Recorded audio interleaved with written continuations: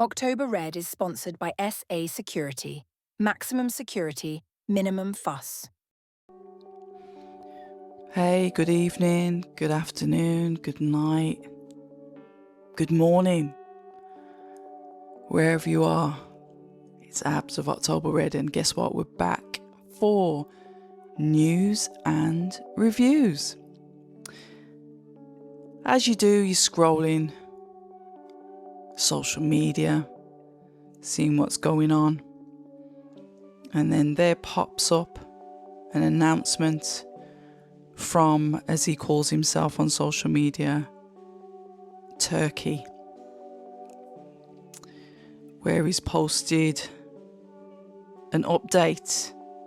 Riyadh season brand value surpasses 3.2 billion. So I thought, there's 3 pages of this Riyadh season advertisement. So I had a look through it, and I'm going to break it down for you because you know, and I know, that I love a breakdown. So here we go. Press release today. Riyadh season drops a monster slate of different shows that they're going to be doing. And we can call it a Riyadh season 2025 power move, or do we think it's an overreach? This is the full breakdown, and it covers boxing, WWE, darts, tennis, snooker, and much more. So here we go. Royal Rumble outside North America for the first time. A brand new Saudi darts masters. The Six Kings Slam Tennis Super Show. Easy for you to say. The Golden Ball Snooker Championship, plus the Ring 4. Benavidez versus Yarde, and Haney versus Norman. Let's unpack what's real, who's involved, and what this could potentially mean for TKO, WWE, The Machine. Gonna be quiet on that context, hasn't it? Turki Alalshikh says the new season opens October the 10th in Boulevard City with 11 entertainment zones, 15 world-class championships, and 34 expo or festivals, plus heavy creator tie-ins like Mr. Beast's Beastland. We've got the source for that. It's been the Saudi Gazette. Boxing. The Night of Champions, November the 22nd, A&B Arena headliner. David Benavidez versus Anthony Yarde. That's a WBC light heavyweight title. Co-main David Haney versus Brian Norman Jr. for the WBO world title belt. I think that's at welterweight. Also announced Sam Noakes versus Abdullah Mason. Vacant WBO 135 championship there for that world title belt, plus an additional world title showcase. Bam Rodriguez versus Fernando Martinez is one of the fighters, or one of the fights that's reported in some of the lineups. So not yet confirmed that one. So we look at the promoter footprint then. Queensberry is front facing on that card. Matchroom is partnered broadly with Riyadh season going forward. There's been a new announcement about that. Remember I said, obviously, Ben Shalom lands the sponsorship deal with Riyadh season. And I thought, I wonder if Queensberry and Matchroom have got an expiry date. What are they doing? How long does their deal continue for? And then, as if by magic, the partnership has been announced with Matchroom and Riyadh season. I know I've seen somewhere that potentially His Excellency was interested in buying some of Matchroom or the rest of it. I can't remember what it was. So yeah, WWE will carry on. Royal Rumble in Riyadh, and that's set to be January the 31st, 2026. And apparently it's the first one outside North America. Saudi has hosted premium live events since 2018. But this is a milestone. So yeah, we'll see about that. We've also got darts, Saudi Arabia, darts masters. PDC World Series, 19th and the 20th of January 2026, the Global Theatre in Riyadh. First pro darts in the Middle East as part of the World Series. Expect top names like Eddie Hearn's Luke Littler and Luke Humphreys. Saudi Arabia Darts Masters, eh? So they've got darts now. Snooker, we're not going to stop there. Riyadh Season Snooker Championships, the Golden Ball 167. Now I'm talking about this like I understand snooker, or darts, or tennis, or even WWE. I don't. I'm just having a little bit of a dig around what I found. So Snooker Invitational returns 19th to the 21st of November 2025 with the $1 million bonus for a 167 super maximum using the golden ball. I'm going to leave that to all you snooker heads because I don't get it. But that's November. October the 15th, 16th and 18th at the A and B Arena. 3-night super exhibition. And this is tennis featuring Djokovic, Alcaraz, Zverev, Fritz and others. So we've got tennis. American football. March the 21st, 2026. Tom Brady returns for a star-studded flag tourney. Fox Sports and 2B broadcast hosted by Kevin Hart, who's part of the Riyadh season. So yeah, we've got Kevin Hart getting involved in American football. Interested, isn't it? Who's involved then? We look at the promoters, the partners. Queensberry Promotions leading on the next ring card for Benavidez versus Yarde. Matchroom Sport, new cross-sport partnership with Riyadh season, covering boxing, darts, snooker. Formal announcements, obviously, we've seen across the social media of Matchroom and Eddie Hearn. PDC Darts bringing the World Series to Riyadh for the first time. World Snooker Tour running the Riyadh Snooker Championship with the Golden Ball format. WWE potential TKO Royal Rumble in Riyadh 2026. So there's a lot of things going on, but what I wanted to see if I could find out, and I haven't found anything out if I'm going to be honest, is what does it mean for TKO? What's happening with them? We know that I heard somebody else has dropped out of agreeing with that Muhammad Ali amendment, the act for the UBOs. So I don't know what's going on with that at the moment. So what does it mean for TKO, which is obviously, you know, it is Dana White and Turki Alalshikh. So historic Royal Rumble site fees. Saudi PLEs have commanded significant guarantees, moving a tentpole like Rumble to Riyadh, likely to boost event revenue and international subs, pay-per-view buys. Brand reach, staging a core WWE event beyond North America, showcases TKO's global event strategy and strengthens ties with Saudi partners for future mega cards, WrestleMania, speculation for 2027. I think the Sun might have reported a little bit on that. So UFC, WWE, TKO kind of shadowing under the same umbrella. The UFC synergy, Saudi relationships already active with UFC 306 sponsorship. KSA card, expect more co-promoted weeks where UFC, WWE, darts, snooker and a cluster around Riyadh season windows. Efficient build-outs, shared production and destination travel bundles. Do you fancy going over to Saudi for these multi-sports events? They could have travel bundles. Be good, wouldn't it? US gate versus site fee trade-off. Shifting marquee weekends abroad can reduce North American arena gates ancillary spend, but Saudi site fees can more than cover it. Potentially calendar congestion when boxing supercards, WWE PLEs and any UFC dates could collide with the same season window.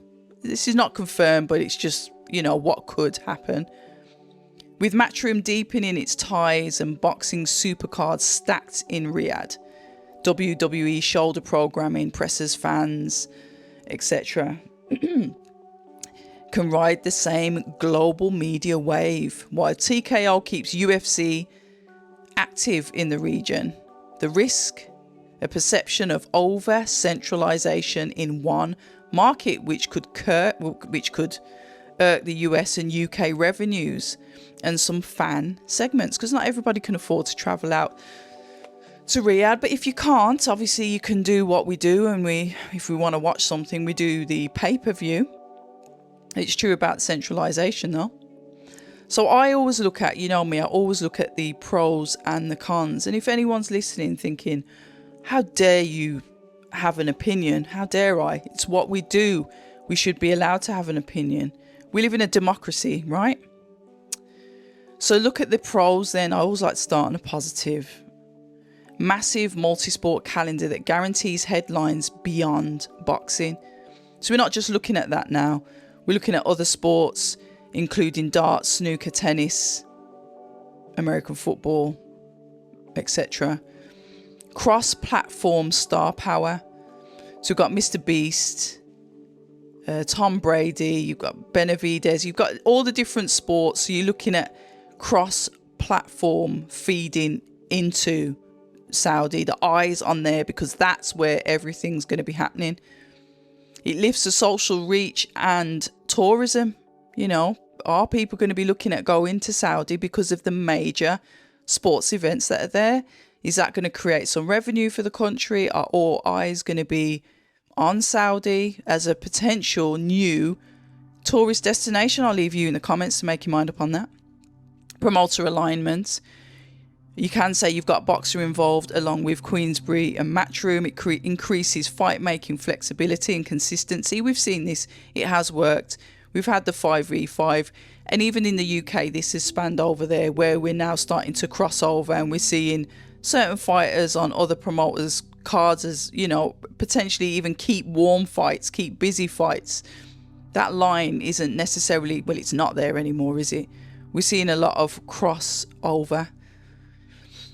Benefit for TKO flagship WWE event abroad with the UFC momentum, diversified revenue and stronger footprint for the sport as well. So things to watch out for, and this is the con side. And one of the key things that comes up is over centralization. Too many must-see events in one city risks fan fatigue and weakens, or could potentially weaken, leverage for other markets and promoters. If there's a positive for one, there's always going to be a negative for the other. That's how it works, because that's just the maths of it. That's just maths. Calendar collisions, which I'm sure they'll potentially try and work around. Boxing supercards with the other sports dates could, you know, is it like every week? Are we looking at costs? What events are going to be pay-per-view? I mean, it's great getting to watch sports all the time, but how many of that will be subscription based? But then how many of that will turn into pay-per-view? What are we looking at? What kind of revenue are they going to be making? Because they're spending a lot of money, a lot of investment. You can see that from what we've discussed. They've got to get the money back somehow. And I see that being like pay-per-view event, or we're finally going to start to see this tiered DAZN subscription. Are they going to stick with DAZN? Potentially, is Netflix going to come on board with that as well? Who knows? We talk about centralization. We could be mentioning that centralization with one broadcaster. Who knows? Is there going to be any scrutiny? Because it's like everything now is clustered in Saudi. What is going to happen for the rest of the world? What is going to happen for the UK? We kind of touched on this the other day, where I think it's the rise of the small hall shows. And I say small hall shows because I'm not calling them by like the major promoters, but they're not really small hall shows now, are they? They are literally just like our key promoters were doing maybe 5-6 years ago. So is there sustainability? And this is the big business of centralization. If site fee funding overcools, promotions accustomed to guaranteed economics may face a hard reset. You know, you've got to look at things from different angles, and people might say, why are you interested in that? Because if it has an effect on them, it will eventually have an effect on us, because it will change what we view, how we view it. And if we view it, are people going to struggle? Are certain promoters going to struggle? Are they going to go under because they can't afford to keep up with this now? You know? Pros and cons. Promoters' angles then. Queensberry front seat, Matchroom, fresh multi-sport tie-up. Boxer as well, you can say, is the same. Top Rank and Golden Boy. Prior to Riyadh season, links on US shows illustrate how Saudi partnerships are not just in market, but they also have sponsorships on what they can call foreign cards, a signal that the platform wants a global calendar footprint. It's definitely made a global footprint in the last, is it since 2023? So it's interesting. We'll have to see what happens with this. The impacts on TKO, we don't know what's happening with that yet. It's like I said, it's about the UBOs, those different belts, making those belts exclusive. What in turn is that going to have an effect on the other belts? Where are the fighters coming from? Are the promoters agreeing to let go of their elite fighters to box under the Riyadh season card all the time? And are now we just left in the UK or in the US, however you want to look at it, without watching those fighters fighting at home, unless it's for a ring card or a Riyadh season card that is in the UK? There's lots of things, you know, to look at. I will let you know where most of the sources of the information's come from. We've got Arab News, Ring Magazine, The Sun, PDC, Totally Snooker's one of them as well, Visit Saudi, and TalkSport as well. So have a look at it. Tell me what you think. I mean, they're saying that they're a profitable business. They've made a lot of money, and in turn, they're going to invest and make themselves even bigger, taking on more sports, more entertainment, and centralizing it, or putting a plug into what they've built out in Saudi, potentially creating a tourist hub for sports, looking at that part of the world as where everybody needs to be when it comes to sports. No matter what you're into, it's going to be held over there in Saudi Arabia. Let me know your thoughts. That was just something I thought I'd do quickly for you guys as it popped up on my social media. Yeah, it'll be interesting to know what you think, actually. But yeah, I've got to shout out my sponsors once again. SA UK, Maximum Security, Minimum Fuss. It is fight week for Matchroom this week. I will be doing a watch along, so get your notifications on for that. But until the next time, thank you for listening to News and Reviews. I'm Abs of October Red, and as we say, stay ready. October Red is sponsored by SA Security. Maximum security, minimum fuss.